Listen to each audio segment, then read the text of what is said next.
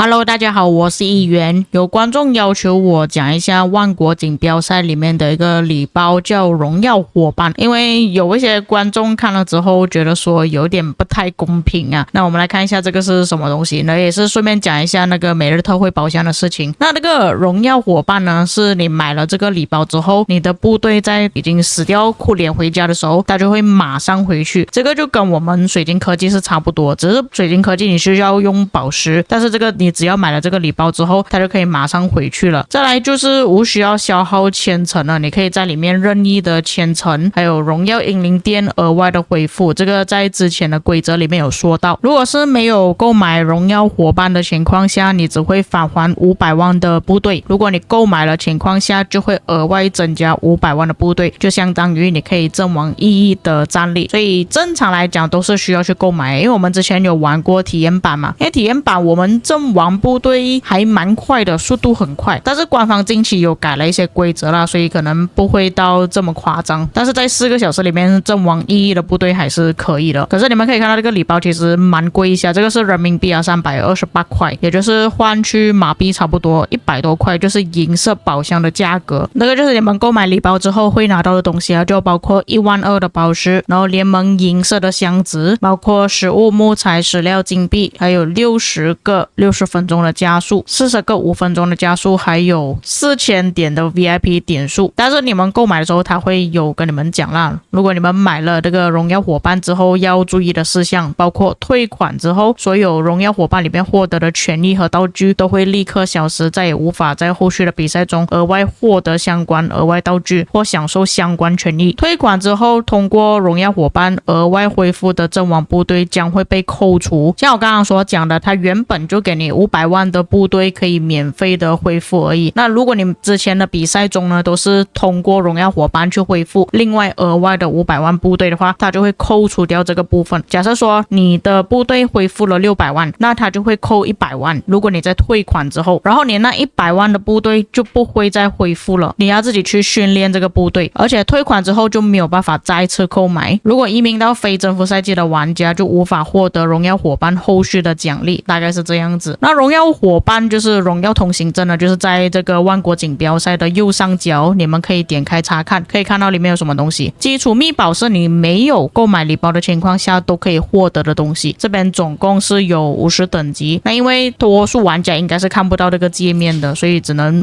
我们自己看到而已。那这里就要讲到玩家生气的地方了，因为如果你没有参加这个万国锦标赛的话，你是完全获得不了这里任何的东西。那获得不了其实也算合理啦，就是你要参加才可以拿到嘛。但是他们不满意的就是因为这个比赛你只有前64的队伍可以去参加而已，可以进入到这个界面而已，你连观战都没有办法观战，你连这个东西你想要看都没有办法看到。那我们这边可以算一下，如果你是没有购买礼包的玩家可以拿到多少的金头，这边1个2个3 4加7 10 15 20 25 30 35 40，就算你没有去购买礼包的玩家你都可以拿到40颗金头，所以他们就觉得很生气。而且就算你不要讲这个金头了，你们可以看到这边加速啊、材料啊或者是军器啊也是拿到蛮多的，这个就是玩家不满意的一点啊。讲真的，如果我不要去买这个礼包的话，我确实会有一点羡慕啊，哇，为什么你就连你不用花钱的玩家都可以拿到这个东西。当然这个也是要提升等级才可以啦。那要怎么样去获得这个荣耀通行证，因为它有分成每个等级啊，要怎样去提升等级，你们可以点开这里，要在战场内打比较多的部队，击杀多你才可以慢慢去提升你的等级，又或者是训练部队，它就只有这2项而已，然后获得积分。那么这样子看下来呢，其实一般玩家他们没有参加这个活动，没有办法获得里面奖励也算是合理，因为你都没有办法进入64强，你要怎样去击杀部队呢？你击杀不了部队，你怎样去提升你的等级呢？难道你全部都要靠训练部队吗？那当然我还是为那些没有办法参加的玩家抱不平了，因为40个金都真的很多。那如果你是有购买礼包的情况下，又可以额外获得几颗呢？这边也是1颗、2颗、4颗、7颗、10颗、15、20、25、30、35、40，另外40颗，就相当于我们可以拿到80个金头了。如果你是有买礼包，再加上那个免费送呢，所以这边的数量是真的很多。只是你如果有购买礼包的话，你可以再额外拿一些东西啊。那就是礼包里面讲的，就是溃败的部队会马上回城了，也不是说你买了礼包之后就马上有的，是你必须要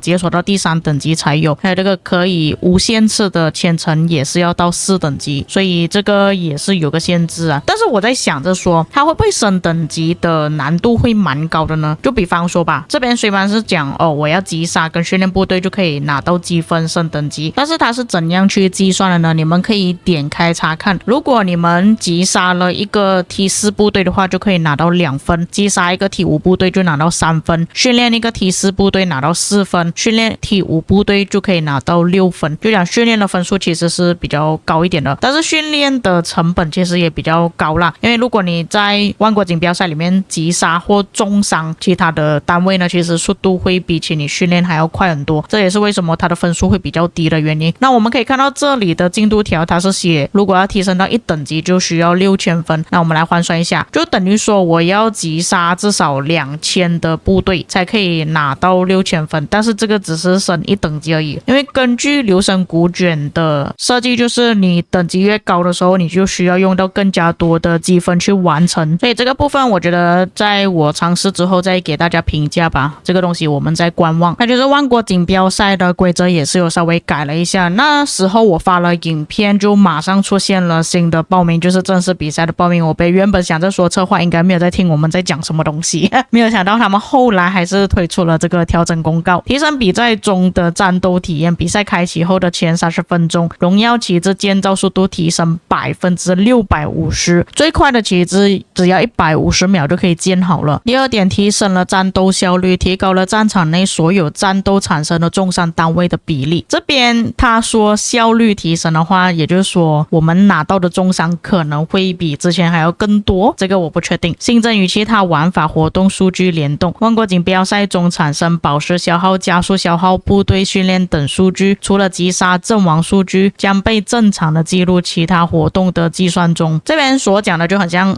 如果刚好你消耗宝石的时候出现投桃报李，它就会计算在投桃报李里面。如果推出了一些需要用到加速的活动也是可以完成，如果刚好是 MGE 的话也可以训练部队，但是你们的击杀跟阵亡的数据是不会更新在你们的那个个人数据里面的。比赛内产生的击杀阵亡将不会记录在玩家的征战成就，就我们 KVK 里面的成就是不会计算的。联盟总动员 MGE 等等这些需要用到击杀阵亡的数据，还有修复了一些先锋体验中出现的一些问题啊，但他没有详细说是什么问题啦。那大概就是这样子万国锦标赛，不过这个邮件大家都已经有看到了。接下来就要讲一下每日特惠礼包，就是你们买完了3个种类的礼包之后会出现的一个礼包，就是长这个样子的。那这个礼包里面呢它是给黑铁的箱子，然后它会给你一个关于统帅的箱子，最少你可以拿到5个雕像，最多你可以拿到20个雕像。那当然如果你要拿到更多的话，它的概率就会更低，概率比较高的可以说是11个到14个吧，这边都是有超过10%的，所以这个箱子拿到的雕像还蛮多的。但是因为酒吧已经去开箱子了，所以我没有办法开给大家看它这个箱子里面可以开到多少个雕像。那我也是去问过了酒吧，他说开到11到13个，所以这个礼包是还蛮值得买的。但是这个礼包的价格稍微有一点点高啊，就是要9块9毛9美金所以这个你们自己去衡量一下到底值不值得啦。因为你是真的有概率可以开到20个雕像的，但是是很低的概率。那比较高的概率你们可以当做是11到13个啦。那你觉得如果花了9块9毛9美金去拿到11或13个雕像的话，你们认为值不值得呢？这个算是一个赌吧，看你可以赌到多少。那白银钥匙的话可以拿到10个经验书、加速，还有1000点的 VIP 点数，2200颗宝石，大概是这么多。那以上就是万国锦标赛的礼包还有每日特惠宝箱礼包的内容至于各位在看了今天的影片之后有什么感想呢？如果有些遗漏或者是错误的地方，各位可以在评论区帮我补充。我们下个影片再见。